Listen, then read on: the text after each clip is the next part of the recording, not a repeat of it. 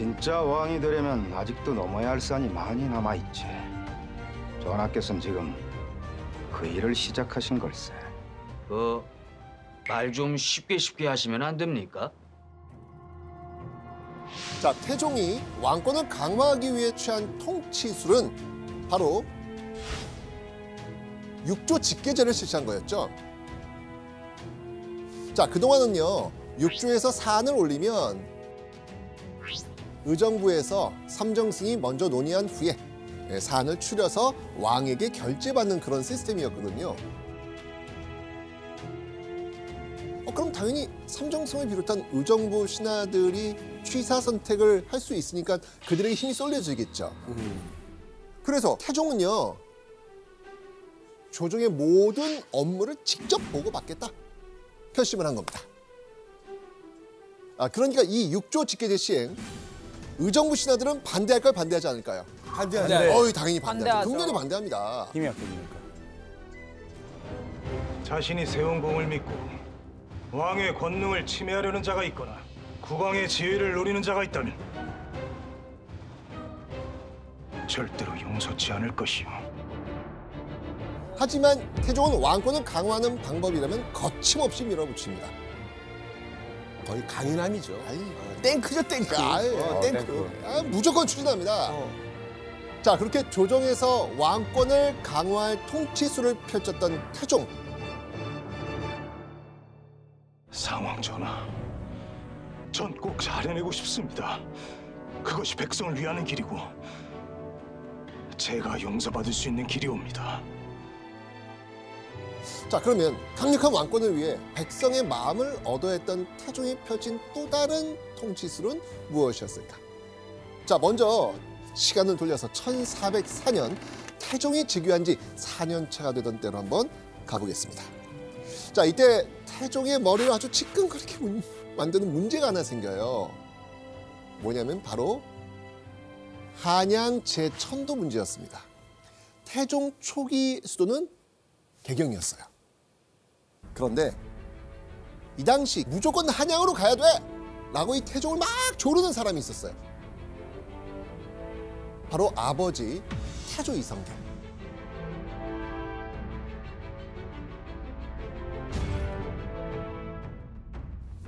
도저히 아버지 뜻을 거스를 수 없었던 태종은요, 결국 제천도를 결정합니다. 그런데 그 과정에서 수도를 어디로 정할 것인지가 최고 이슈로 떠오르게 됩니다. 후보지는요, 무악산 일대, 기존 한양의 도성, 그리고 개경이었어요. 이 제천도 때 하륜 역시 태종에게 건의한 사항이 있었죠. 있었죠. 근데 그때 이제 사실 그냥 무학이 좋겠습니다라고 해서 당시에 태종이 풍수가 어떠냐고 이제 물어보는데 다수의 신하들이 그냥 무학이 너무 좋다고 했어요.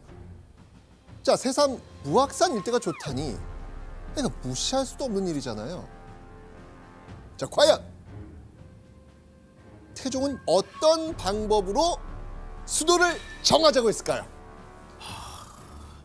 여러분들 기억하셔야 돼요. 수도 서울이 결정되는 순간입니다. 뭔가 기발한가요?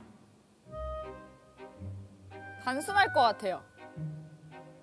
정답. 그 동전을 던집니다. 팅 해가지고 앞면 뒷면 이런 것처럼 단순한 방법을 택합니다. 지금 수도 서울을 정하는데 동전 던지기로 했다고요? 네. 정답! 정답! 와, 동전 던지기로 했다고? 아니 잠깐만. 아니 저는 누나 오늘 이렇게 또 실수하지 이렇게 했는데.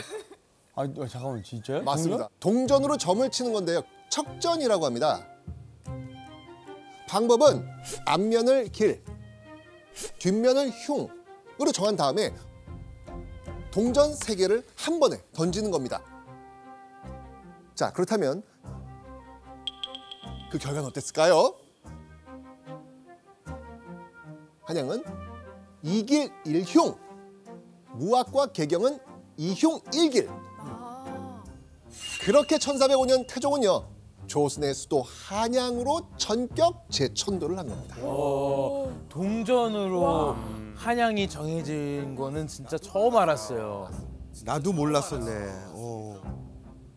자, 그런데 돌아온 한양엔 태종의 머리를 지끈거리게 한 또 다른 치명적인 문제가 있었습니다. 이게 비가 올 때마다 여기가 홍수 피해, 이게 극심했던 거예요. 홍수. 한 번 홍수가 나면 뭐 집이며 가족이며 잃는 백성이 수두룩했던 겁니다. 전통시대의 자연재해는 임금 탓이거든요. 그리고 태종은 쿠데타를 통해서 배다른 형제를 죽이고 아버지를 물러나게 하고서는 권력을 잡았잖아요. 그러니까 불효자와 냉혹한 왕이라는 이미지로 민심이 썩 좋지 않습니다. 자, 그래서 1406년 1월 16일 태종이 구사한 백성용 통치술. 개천을 팔아. 그 개천으로 말할 것 같으면요 아마 여러분들도 한 번쯤 다 가셨을 거고요. 그리고 항상 서울을 이야기할 때 이곳이 항상 빠짐없이 나옵니다. 바로 그곳이 어디냐? 어디요? 바로 여기입니다. 청계천. 아, 알죠. 야, 그때 판 거예요. 네. 홍수 때문에. 청계천이 원래 있던 자연하천인 줄 아시는 분들 굉장히 많으신데요. 사실은 태종이 만든 첫 인공 하천이었던 겁니다. 와, 신기하다. 저는 그냥 자연스럽게 그냥 네. 그러는 줄 알았는데. 그 당시에 TV만 인공하천. 그럼 그리고 그 당시에 저 정도의 넓은 그 하천을 만든다는 거는 사실 쉬운 게 아니거든. 그러니까요. 맞습니다. 현재 그 복원된 청계천 길이가 10여 킬로미터에 달하거든요. 당시에는 그와 비슷한 길이로 공사를 한 걸로 추정을 하고 있는데 그 규모로 땅을 파고 돌을 싸서 뚝을 만들었다. 이거 얼마나 힘들었겠어요. 어려운 그죠? 보통 일이 아닌데. 당시 몇만 명의 인부가 필요했던 정말 대형 프로젝트였던 겁니다. 그러니 공사할 인력도 부족하고 동원된 백성들이 너무 힘들어하니까 태종이 어느 날 이런 말을 합니다. 이번 이 일이 백성에게 폐해가 없겠는가? 아직 후년을 기다리거나 혹은 자손 때에 이르게 하는 것이 또한 옳지 않겠는가? 공사가 난관에 부딪히니까 결국 태종이 공사 포기하려고 했던 겁니다. 이때 바로 제가 등장합니다. 전하, 소생 하륜이옵니다. 저를 믿고 멈추지 말고 이 일을 바로 진행하셔야 됩니다.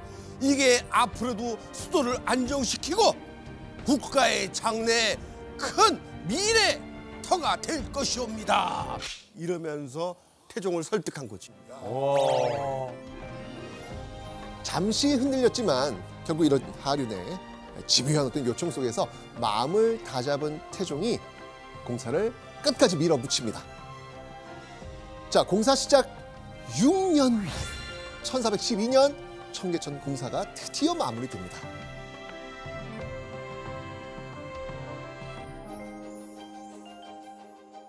그렇게 민심을 얻는 태종의 통치술은요 성공적으로 마무리가 됩니다. 태종이라고 하는 사람이 다소 무리해 보이는 듯한 강력한 정책 추진은 태종 혼자 좋자고 했다기보다는 조선 왕조가 건국되고 난 이후에 혼란한 시기를 지나고 나서 기반을 다져놓으려고 하는 의도가 보입니다. 그러니까 그렇게 다져놓은 기반이 결국 세종 시대를 열 수 있는 기반이 되지 않았나 이런 생각이 듭니다.